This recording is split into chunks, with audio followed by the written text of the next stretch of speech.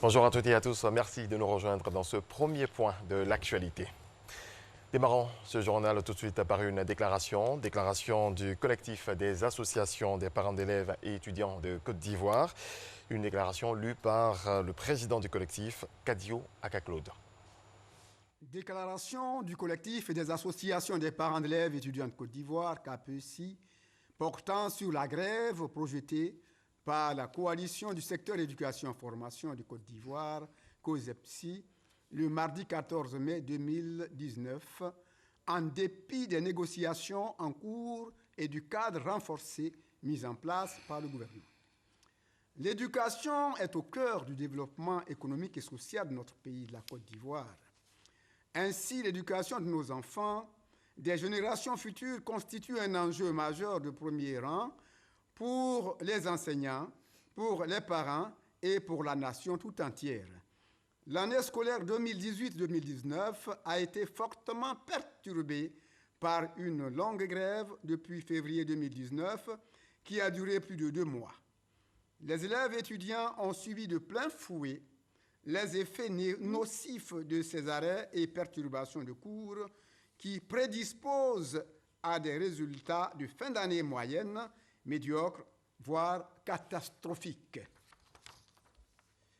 Sous la haute autorité et la présence effective de son Excellence, Monsieur le Premier ministre, ministre du Budget et du Portefeuille de l'État, accompagné de 6 autres ministres, dont le ministre de l'Enseignement supérieur et de la Recherche scientifique, le ministre de l'Éducation nationale, de l'Enseignement technique et de la formation professionnelle, du ministre de la Fonction publique, ont reçu l'ensemble des syndicalistes, y compris la COSEPSI, le 5 avril 2019, pour trouver des solutions aux revendications nouvelles portées au gouvernement.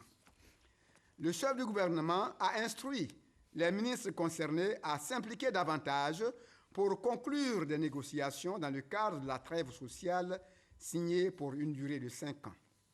Suite à cette rencontre, le mot d'ordre de grève de la COSEPSI a été suspendu.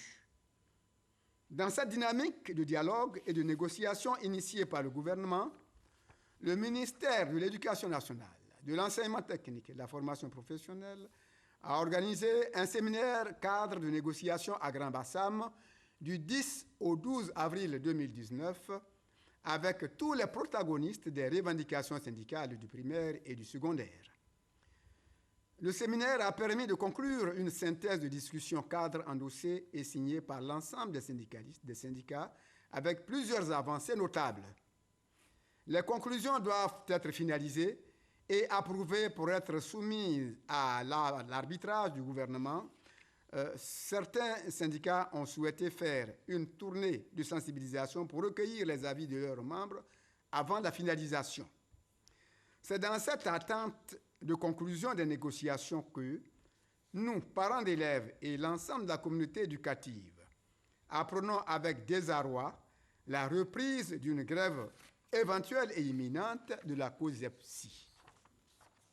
C'est pourquoi, tout en considérant que les gros perdants d'une nouvelle grève sont bel et bien les parents d'élèves et leurs enfants qui vont continuer d'être privés de leur droit à l'éducation de qualité.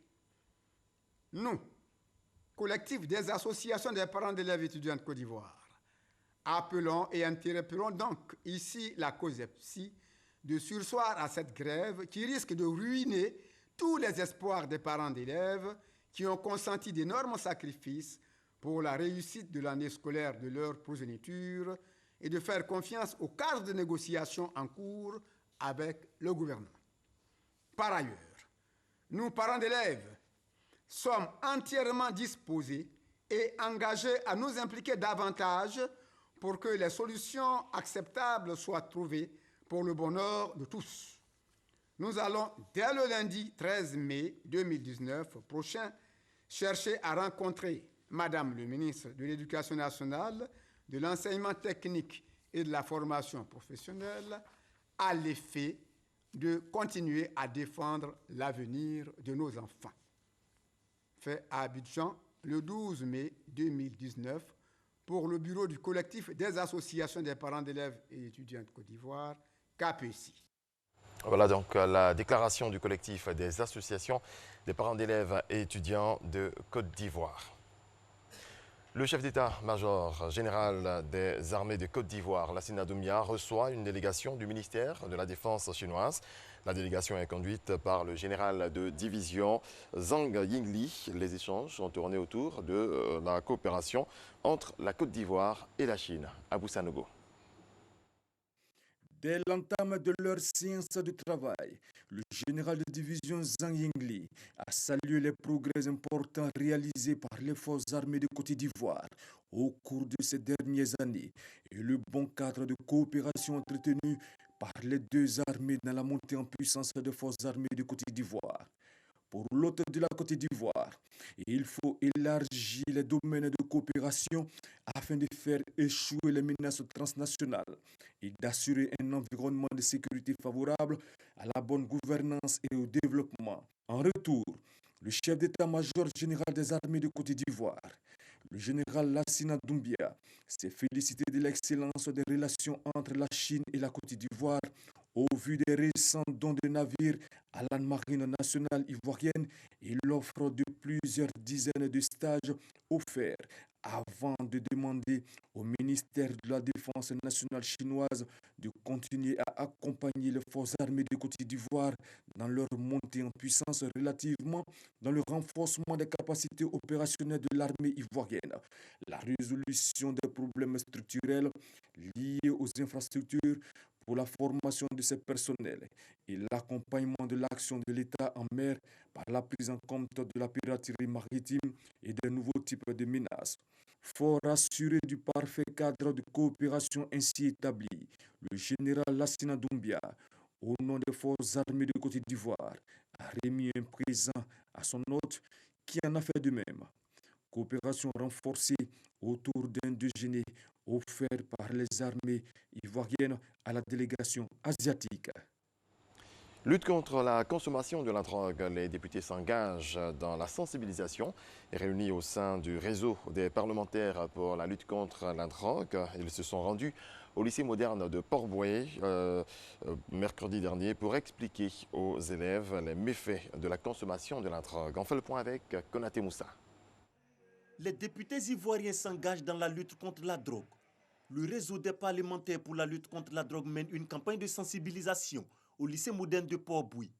Les élèves sont instruits sur les méfaits de la consommation de la drogue. Les enfants s'adonnent à ce phénomène qui est vraiment dangereux, non seulement pour leur avenir, mais aussi pour la société dans laquelle ils sont actuellement. Les images que nous avons projetées ont choqué. Donc je suppose que les enfants ont compris le message pour savoir que le phénomène de drogue, le phénomène d'alcool, le phénomène de tabac est un phénomène qui est grave et qui attire l'attention de tout le monde. La drogue, substance dont la consommation a un effet sur le cerveau et modifie les comportements de l'individu. L'usage de la drogue demeure une réelle préoccupation. Les parlementaires s'investissent donc dans le combat aux côtés des acteurs du système éducatif. Tous ces comités qui existent du côté du ministère de l'Éducation nationale, du côté du ministère de la Santé, les parlementaires représentant donc des populations qui les ont élus respectivement, ont souhaité ajouter leur voix à celle de tous ces comités pour parler avec notre jeunesse et l'amener vers la prise de conscience. Pour mieux relayer les messages de sensibilisation sur les conséquences de la consommation de la drogue, un comité de lutte composé d'élèves est installé au sein du lycée moderne de Port-Bouët. C'est en 2011, après un demi-siècle de recherche archéologique, que la tombe de Saint-Philippe, l'un des 12 apôtres de Jésus-Christ, a été découverte au sud-ouest de la Turquie, à Pamukkale. La délégation de chrétiens ivoiriens présente en Turquie depuis une dizaine de jours a visité ce site historique, ainsi que la tombe de Saint-Jean et la dernière demeure de la Vierge Marie dans la ville d'Éphèse, dans la région de l'Anatolie. On fait le point avec Cheikh Koné. Originaire de Galilée, l'actuel Israël, Philippe fut l'un des disciples du Christ. Certains témoignages affirment qu'il serait parti christianiser des régions d'Asie mineure, qu'il aurait été par la suite lapidé, puis décapité par les Romains. D'autres laissent penser qu'il serait mort très vieux et de mort naturelle dans la même ville. Tout compte fait, cette découverte de la tombe de Saint-Philippe en 2011 dans la ville de Pamukkale, entendez Château de Coton, marque un tournant décisif dans le monde chrétien. Voilà quelqu'un qui s'est battu pour l'évangile et par la grâce de Dieu, j'ai eu le privilège de venir marcher dans ses pas me retrouver devant sa tombe. Et pour moi, c'est une joie. Nous ne sommes pas venus en Turquie parce que nous ne croyons pas en Jésus, mais nous croyons en Jésus et nous sommes simplement venus vérifier ce que les Saintes Écritures disent et puis dire au peuple de Dieu que ce qui est écrit, ce ne sont pas des fables. Ce site de Pamukkale est aujourd'hui un site touristique de premier choix, surtout pour ses eaux thermales et ses roches sédimentaires de plus de 2700 mètres de long. Depuis son inscription au patrimoine de l'UNESCO en 1988, des millions de pèlerins s'y rendent. À 200 km de là, précisément à Éphèse, les pèlerins ivoiriens découvrent la dernière demeure de Vierge Marie, la mère de Jésus. Selon les Saintes Écritures, Jésus sur la croix confia sa mère à Saint Jean-Baptiste, qui l'amena à Éphèse après la mort du Christ. La tombe de ce dernier y a également été découverte. Un moment plein d'émotion pour les membres de la délégation ivoirienne. Quand je vois ces villes souterraines, là où des hommes et des femmes ont vécu pour la cause de l'Évangile, je vous assure que c'est du réel et ça donne la foi. Même s'il y a d'autres versions, mais après avoir vu le tombeau de Saint-Jean, je crois que nous sommes sur les sites réels de la fondation de l'Église que nous connaissons aujourd'hui. D'autres sites historiques ont été visités, notamment les villes souterraines de la Cappadoce, les cheminées de Fès, le musée en plein air de la Gorème, ainsi que les caravansérails de Sultana, des sortes d'auberges fortifiées pour les commerçants de la période antique. Voilà, c'est tout pour ce 6h. L'actualité sera de retour tout à l'heure à 6h30.